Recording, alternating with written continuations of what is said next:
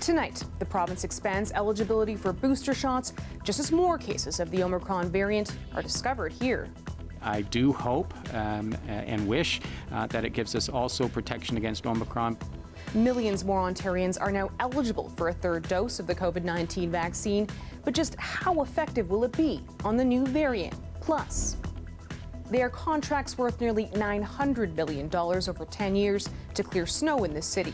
Though they haven't been given out, some companies are already crying foul. We'll bring you the exclusive details and we were trying to get this done with the launch of the holiday season, and we ended up not paying our weather bill. A festive holiday initiative has now turned into a dripping yellow mess.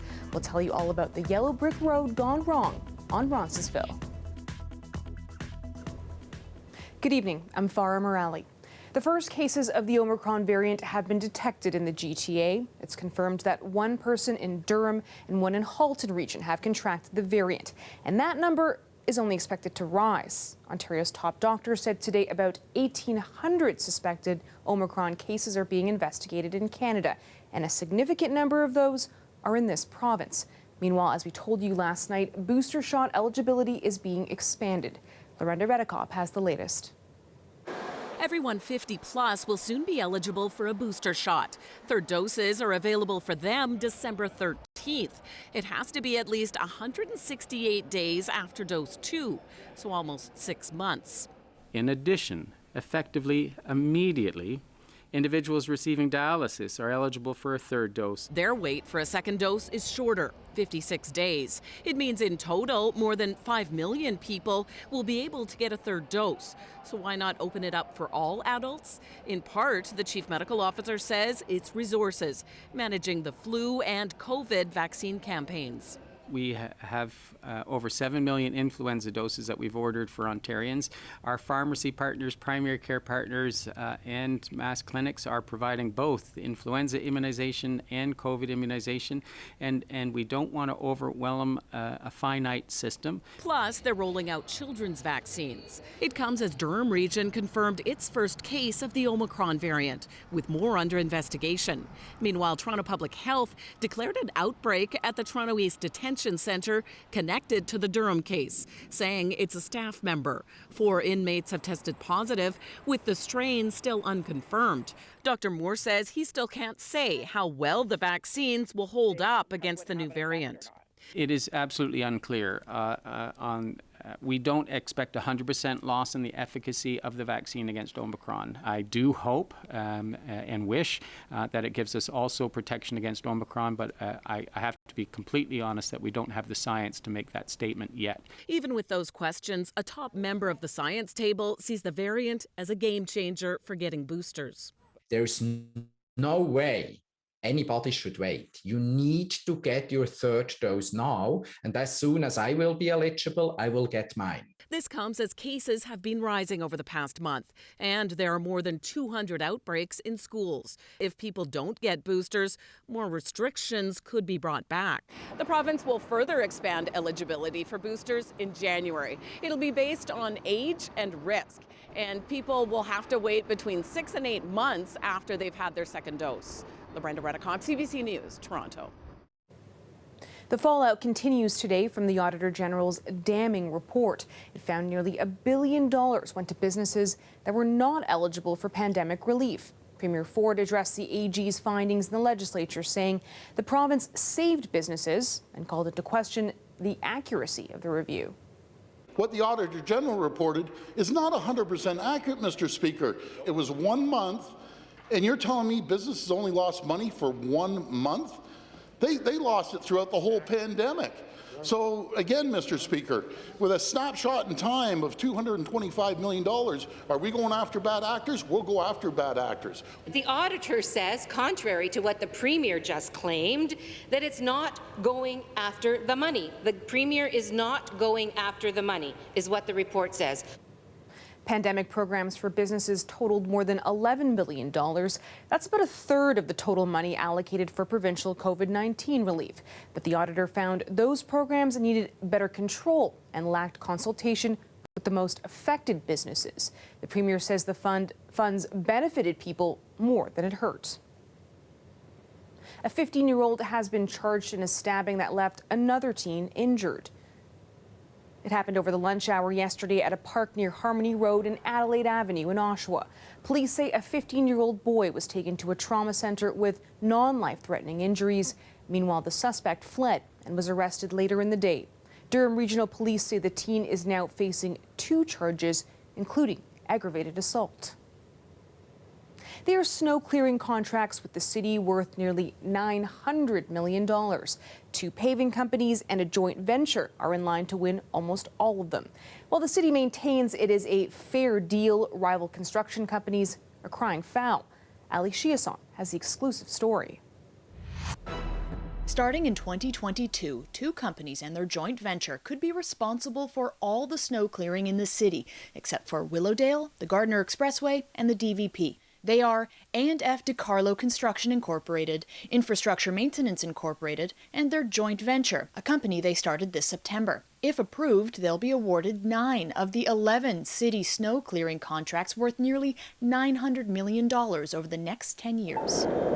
This spurred pointed questions about the fairness of the city's procurement process. Our company, B. Creepy & Sons, has been in business since 1951 and has been doing snow removal since 1964. Deputants from rival construction companies cried foul at the infrastructure meeting today. The fact that so many companies with decades of experience clearing snow in Toronto failed to meet the 70% of the RFP contract's technical criteria should be of great concern to this committee. To which city staff say, years of experience was only one of the criteria that was included in our technical evaluation. So having said that, based on the scores of the other criteria that were used for the technical qualifications, there were some vendors that just did not pass. After a 2019 review by the Auditor General found that the city overpaid for shoddy snow clearing in the past, a commitment to accountability also had to be worked into the contracts. As for the allegations of unfairness, this city policy expert says city staff should be sensitive to the fact that the size of the contract, the quantity of snow clearing work that's going to a small number of firms relative to how dispersed that work used to be, and most importantly, the number of variables built into the contract that are tough to price, invites perceptions that the deal might be unfair unless somebody steps out and proactively answers questions about how those aspects were priced. There will be a chance to ask more questions. Proving to be too big of an item to rule on in just one committee meeting, the 2022 snow clearing contracts will be debated at Council later this month. Ali Chiasson, CBC News, Toronto. Meteorologist Colette Kennedy joins us now with a first look at the forecast. Colette, I know it was a mild day, but boy, those winds were intense at times. I was out doing some errands and I swore I could feel my car sort of shaking. For sure that happens. We get into the situation, especially for those driving high-profile vehicles that really you could feel that kind of shimmer and move, or really small cars too. So this is what those winds were kind of looking like. I mean, over 90 kilometers an hour for Port Colborne, but even St. Catharines. So think of even the Burlington Skyway there. Significant conditions with these kinds of winds, nearly 80 kilometers an hour, over 70 for Waterloo, over 60 for Toronto. At Pearson, it was 60 just on, but just over for Oshawa and Buttonville Airport, and being reported even towards downtown, a little over 60 kilometers an hour. And same thing, winds are 63 with some of your gusts there. Now, we still have those winds a little strong, not like they were earlier, so that's nice to see them backing off. As I take this forward, though, through to tomorrow morning, there'll be enough to provide a wind chill, but we'll see those winds really easing. Temperatures today, we were up to 10 degrees and then by afternoon down to 5, and overnight -2, feeling like -8 tomorrow for a high of 2 degrees with some afternoon sunshine, except for those further west. Thanks, Colette. The Ontario government wants to make it easier for non-profit long-term care homes to get built. We have dozens and dozens of projects in the long-term care space that are supported by fantastic providers that are from the not-for-profit sector, but there has been a long-term issue with providing the financing that can support the actual development of those projects and get shovels in the ground. It's now setting aside about $400 million in lending from Infrastructure Ontario to speed up the addition of more beds to ease a growing wait list. The program will offer loan guarantees so nonprofit homes will get development loans, but critics say it doesn't address a bigger problem.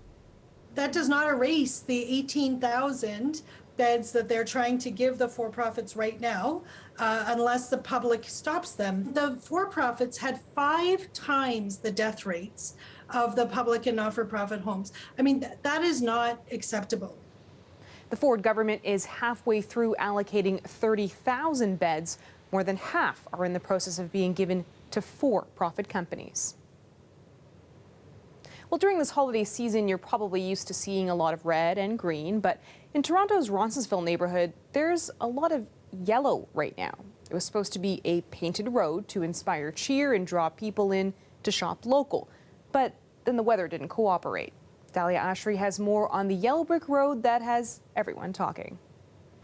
After a dark year with the pandemic, one that saw many businesses taking a financial hit, the Roncesvalles Business Improvement Area came up with what they thought was a bright idea. We want people to think of their neighborhood as their home and to support local businesses and to support their own communities. It painted a yellow Wizard of Oz-like path along a 2-kilometer stretch of the neighborhood's sidewalks to bring some cheer to the launch of their Shop Local initiative this holiday season. But the freshly painted path on Wednesday, mixed with some overnight rain, a little bit of the paint may have seeped with the humidity and the rain. Sophie Jacasio is the manager of this plant-based shop. Customers walked in ready to buy some goods and marked her storefront with more than their physical presence, yellow footprints on her storefront. The Shop Local marketing plan by the BIA turned into a yellow slick road. We were trying to get this done with the launch of the holiday season, and we ended up not paying our weather bill. Follow the yellow brick road. Follow the yellow brick road. Although this yellow brick road won't be leading anyone to Emerald City, Jacasio believes the initiative by the BIA was paved with good intentions and is encouraging shoppers to follow Ronce's own yellow path. Even if it didn't quite go as they wanted, it's still drawing some attention, and I just hope that people focus on buying local. It's water-based and biodegradable, and it's fully eco-friendly and dog-friendly, and it will naturally dissipate over time. It's not a farewell for this yellow brick road. If the weather cooperates, the path will be repainted on Friday for the campaign's kickoff this weekend. We're looking forward to favorable weather, and I think it's going to be a great launch on Saturday. Dahlia Ashry, CBC News, Toronto. Welcome back. A Toronto senior who bought into a proposed development in Scarborough is fighting to get his $50,000 deposit back. Trinity Ravine Towers was billed as a 55-plus Christian lifestyle community, but the project never got off the ground. It was offering so-called life leases, which allow seniors to buy the rights to live in the units for life. Angelina King has the exclusive story. Just the fence. In the last 6 years, that's the only sign of construction at Trinity Ravine Towers. This empty lot was supposed to be where Fung Fung Joe and his wife would live, in a brand new seniors community by Global Kingdom Ministries Church, complete with 2 towers, 565 units, and extensive amenities. But it's not going ahead, and Joe is still fighting to get his $50,000 deposit back. We feel we are manipulated and deceived. In early 2018, his wife put down the deposit to secure a life lease there. The project's owner, now called Trinity Ravine Community, says it has been issuing refunds, saying in part, "We fully understand the disappointment and concerns of existing depositors and are working diligently to complete all refunds with interest payments to be made by mid-January 2022. Joe's not optimistic, though. His refund date has already been delayed several times. How can we trust them? A lot of years, a lot of stress, a lot of worry. James Azizier's parents got their $70,000 deposit back this spring after a year-long fight.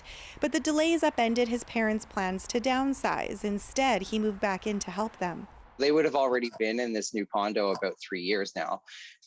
So now at age, 90, I just can't imagine me moving them.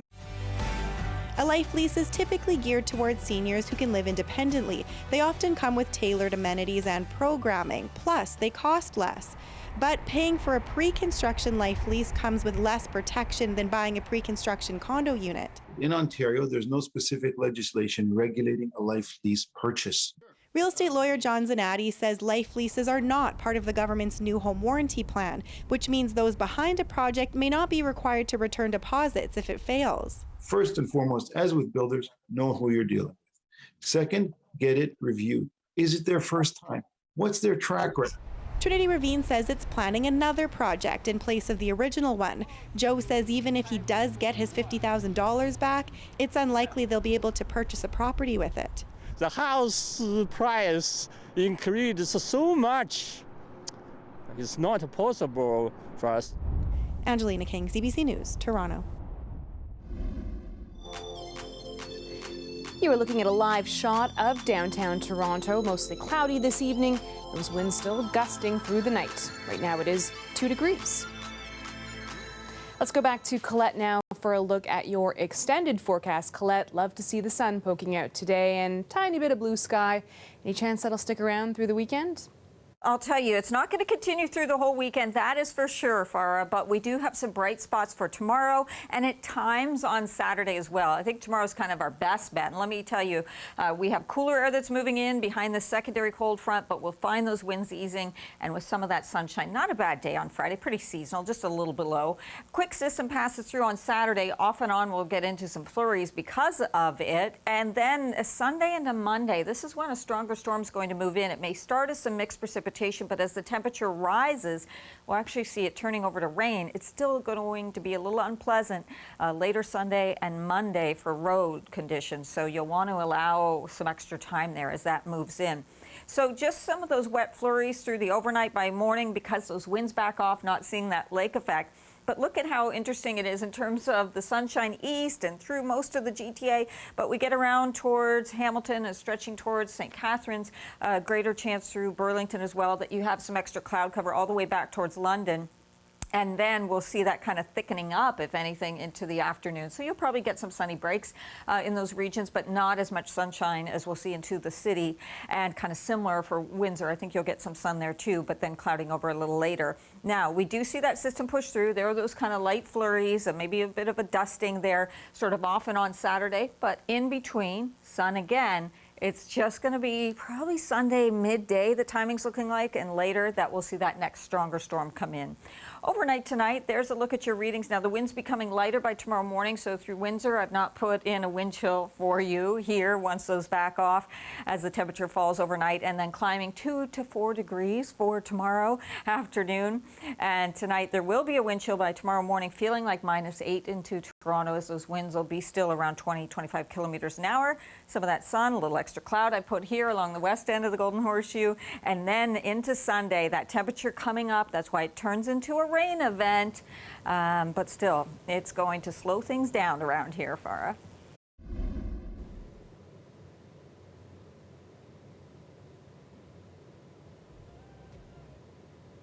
Finally tonight, one of Canada's most influential Indigenous artists has a new exhibit premiering at the AGO.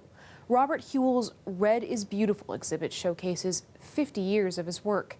It's not open to the public until tomorrow, but today, our Greg Ross got a sneak peek.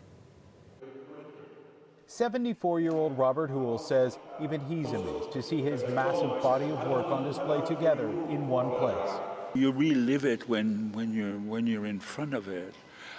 You remember what inspired you, why you chose certain colors. The Red is Beautiful exhibit at the AGO is a walk down memory lane for Hewell. For others, it can be a bit of a history lesson with work that spans more than 5 decades. It's a dive through different periods in his life and what was going on at that time. And at times tackling some of the most sensitive issues facing Indigenous people, including residential schools. A number of his paintings and drawings reflect on the time he spent at residential schools while growing up in Manitoba. We start with Sandy Bay, which is the first work he did about his residential school experience. He had read Flowers Over My Grave, a book that was looking at kind of intergenerational abuse within the community, and it just sort of raised up all those memories for him. So he decided to paint Sandy Bay. The anger will come out, but it's not something that's going to hurt you. It's actually because it's being released. But not all of his work comes from a place of anger or pain. In fact, this entire exhibit is named after a painting inspired by love. Red is Beautiful is actually the name of a painting that Hewell did back in 1970 when he was still in university. It's also the first painting that he ever sold. I think he sold it for $90. Hewell says he painted it as part of a project for a class he was taking at McGill University. It was based on Lyford quillwork designs that I had been studying, and it was also attached to the assignment given to me by our professor to paint love. Love is just one of the emotions people might experience when seeing Hewell's work, but he says it doesn't really matter what people feel as long as they feel something. As long as they see it and react to it, their retina is on it, that's my reward. Red is Beautiful starts tomorrow and runs through April 17th. Greg Ross, CBC News, Toronto. And that is our show for you tonight. Thank you so much for watching. Dwight Drummond has your next local newscast tomorrow at 6. I'm Farah Morali, and I'll see you back here tomorrow night at 11. We will leave you tonight with these pictures of people out and about enjoying the relatively mild weather at Nathan Phillips Square. Have a great night.